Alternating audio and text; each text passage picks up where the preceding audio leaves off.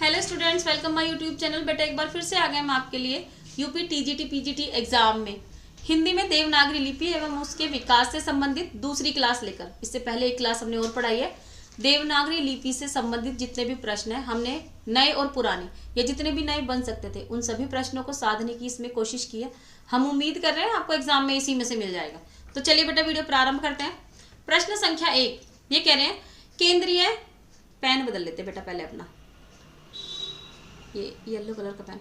केंद्रीय हिंदी निर्देशालय ने हिंदी की मानक वर्णमाला में मूलतः कितने स्वर और व्यंजन ध्वनियों को स्थान दिया? 4 विकल्प है। ए 12 और 36, बी 12 और 35, सी 11 और 35, डी 11 और 36। तो देखिए बेटा, केंद्रीय हिंदी निर्देशालय ने हिंदी की मानक वर्णमाला में जो ध्वनियां हैं उसे वो कौन सा कितनों को स्थान दिया, कितने स्वर और कितने व्यंजनों को स्थान दिया है? तो 11 स्वर और 35 व्यंजन। आप कहोगे कि पहले तो 11 स्वर और 33 व्यंजन हुआ करते थे, फिर इसमें 2 ध्वनियां और जुड़ गई। कौन सी? आगत ध्वनियां। आगत ध्वनियां जो बाहर से आई है बेटा, ठीक है।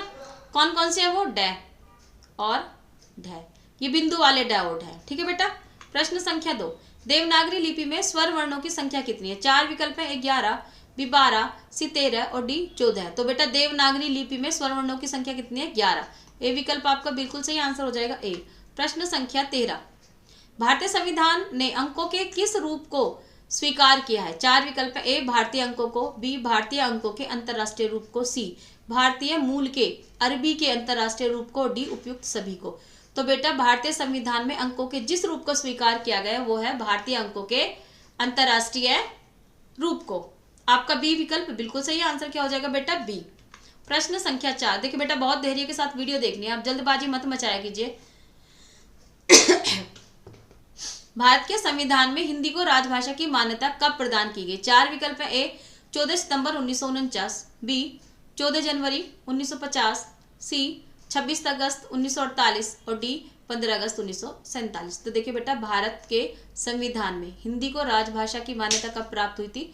14 सितंबर 1949। ए विकल्प बिल्कुल सही आंसर हो जाएगा आपका ए। प्रश्न संख्या 5 राजभाषा आयोग का गठन संविधान के किस अनुच्छेद के अंतर्गत हुआ? 4 विकल्प है। ए अनुच्छेद 344, बी अनुच्छेद 345, सी अनुच्छेद 346 और डी अनुच्छेद 347। तो बेटा देखिए इसका आंसर हो जाएगा ए अनुच्छेद 344। ए विकल्प बिल्कुल सही आंसर हो जाएगा आपका ए। प्रश्न संख्या 6 संविधान के किस अनुच्छेद में हिंदी को संघ की राजभाषा घोषित किया गया? 4 विकल्प है।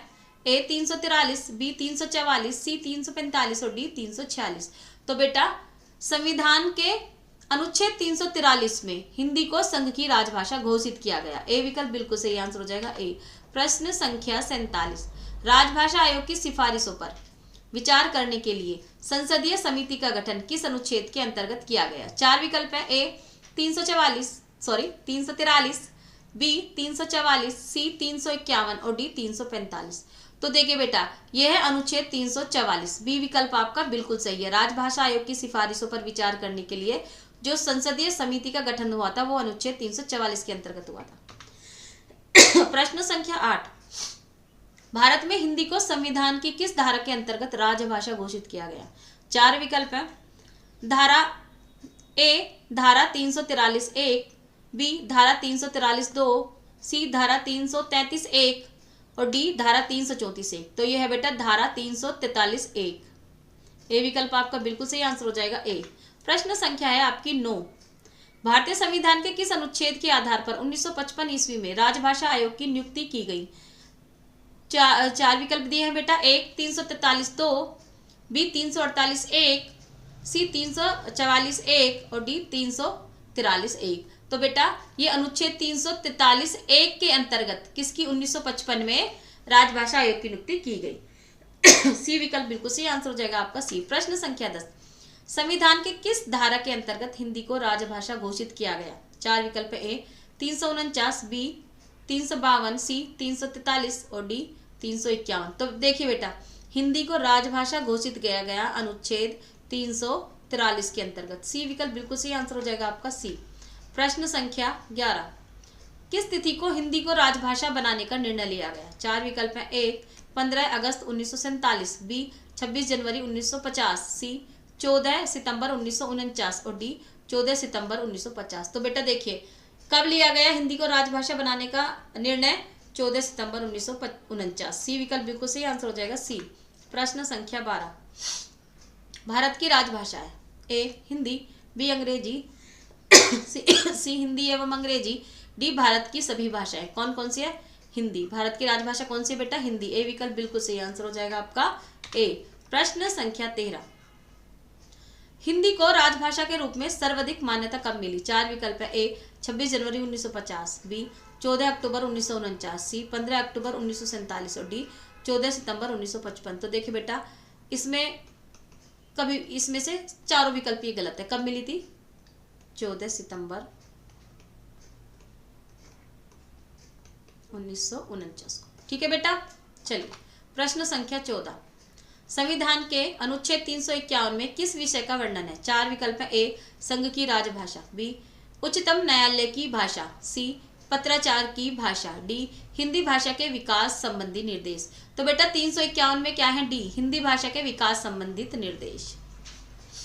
प्रश्न संख्या 15, हिंदी भाषा के विकास के लिए विशेष निर्देश भारत के संविधान के किस अनुच्छेद में है? 4 विकल्प है। ए अनुच्छेद 351, बी अनुच्छेद 147, सी अनुच्छेद 349, डी उपयुक्त में से एक से अधिक और ई उपयुक्त में से कोई नहीं। तो देखिए बेटा हिंदी भाषा के विकास के लिए विशेष निर्देश भारत के संविधान के किस अनुच्छेद में है? वो है अनुच्छेद 351। जब भी हिंदी के प्रचार और प्रसार की बात की जाएगी तो हम अनुच्छेद 351 को याद करेंगे। सॉरी, संविधान के किस अनुच्छेद में वर्णित है कि संघ का यह कर्तव्य होगा कि वह हिंदी भाषा का प्रचार प्रसार करेगा? मैंने अभी बताया जब भी प्रचार प्रसार की बात होगी, प्रचार प्रसार की बात होगी तो क्या होगा? ए 346, बी 351, सी 343 और डी 348। तो बेटा वो है 351। जब भी हिंदी के प्रचार प्रसार की बात होगी अनुच्छेद 351। प्रश्न संख्या 17, उत्तर प्रदेश सरकार द्वारा गठित लिपि सुधार परिषद की 29 नवंबर 1953 को हुई बैठक की अध्यक्षता की थी। 4 विकल्प हैं। तत्कालीन उपराष्ट्रपति डॉक्टर जाकिर हुसैन ने, बी तत्कालीन उपराष्ट्रपति डॉक्टर सर्वपल्ली राधाकृष्णन ने, सी तत्कालीन उपराष्ट्रपति सीवी गिरी ने और डी तत्कालीन उपराष्ट्रपति श्री वी.डी. जत्ती ने। देखिए बेटा उत्तर प्रदेश सरकार द्वारा गठित लिपि सुधार परिषद की जो 28 और 29 नवंबर को 1953 में एक बैठक हुई थी, उसकी अध्यक्षता किसने करी थी? उसकी अध्यक्षता करी थी तत्कालीन उपराष्ट्रपति डॉक्टर सर्वपल्ली राधाकृष्णन जी ने। ठीक है बेटा, बी विकल्प बिल्कुल सही आंसर हो जाएगा हमारा बी। प्रश्न संख्या 18, संविधान में केवल हिंदी को कौन सा दर्जा प्राप्त है? ए राष्ट्रभाषा, बी राजभाषा, सी संपर्क भाषा और डी मानक भाषा। तो बेटा संविधान में हिंदी को केवल राजभाषा का दर्जा प्राप्त है। बी विकल्प बिल्कुल सही है। प्रश्न संख्या 19, उत्तर प्रदेश सरकार द्वारा वर्ष 1947 में गठित देवनागरी लिपि सुधार समिति के अध्यक्ष थे? ए डॉक्टर धीरेन्द्र वर्मा, बी संपूर्णानंद, सी आचार्य नरेंद्र देव और डी इनमें से कोई नहीं। तो बेटा आंसर हो जाएगा सी आचार्य नरेंद्र देव। सी विकल्प बिल्कुल सही आंसर हो जाएगा आपका सी। प्रश्न संख्या 20, नागरी लिपि सुधार समिति के संयोजक थे? ए काका कालेकर, बी श्रीनिवास, सी भारतेंदु हरिश्चंद्र और डी आचार्य नरेंद्र देव। तो बेटा देखिए नागरी लिपि सुधार समिति के संयोजक कौन थे? काका कालेकर। ए विकल्प बिल्कुल सही आंसर हो जाएगा ए। चलिए बेटा एक बार रिवीजन कर लेते हैं क्योंकि थोड़ा सा टफ है इसमें, तो हम रिवीजन करते हैं एक बार। ठीक है,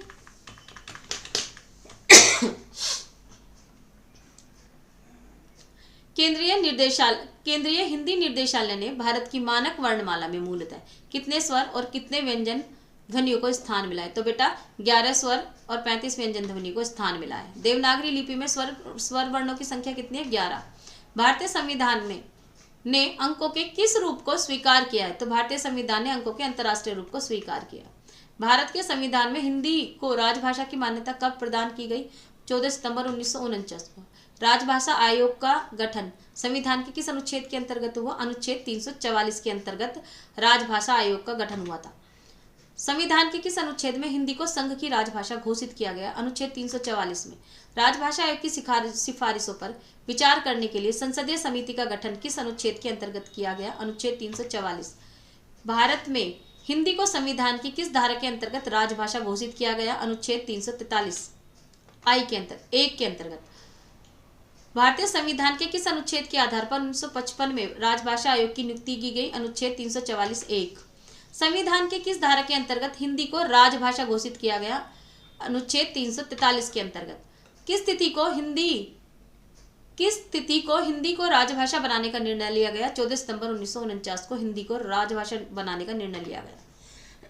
भारत की राजभाषा कौन सी बेटा? हिंदी। हिंदी को राजभाषा के रूप में संवैधानिक मान्यता कब मिली? 14 सितंबर 1949 को। संविधान के अनुच्छेद 351 में किस विषय का वर्णन है? हिंदी की भाषा के विकास से संबंधित निर्देश हैं अनुच्छेद 351 में। हिंदी भाषा के विकास के लिए विशेष निर्देश भारत के संविधान के किस अनुच्छेद में? तो अनुच्छेद 351 में। संविधान के किस अनुच्छेद में वर्णित है कि संघ का यह कर्तव्य होगा कि वह हिंदी भाषा का प्रचार प्रसार करे? 351। उत्तर प्रदेश सरकार द्वारा गठित लिपि सुधार परिषद की 28-29 नवंबर 1953 में हुई बैठक की अध्यक्षता किसने की थी? तत्कालीन उपराष्ट्रपति डॉक्टर सर्वपल्ली राधाकृष्णन जी ने। 18 संविधान में केवल हिंदी को कौन सा दर्जा मिला? तो बेटा संविधान में हिंदी को केवल राजभाषा का दर्जा मिला हुआ है।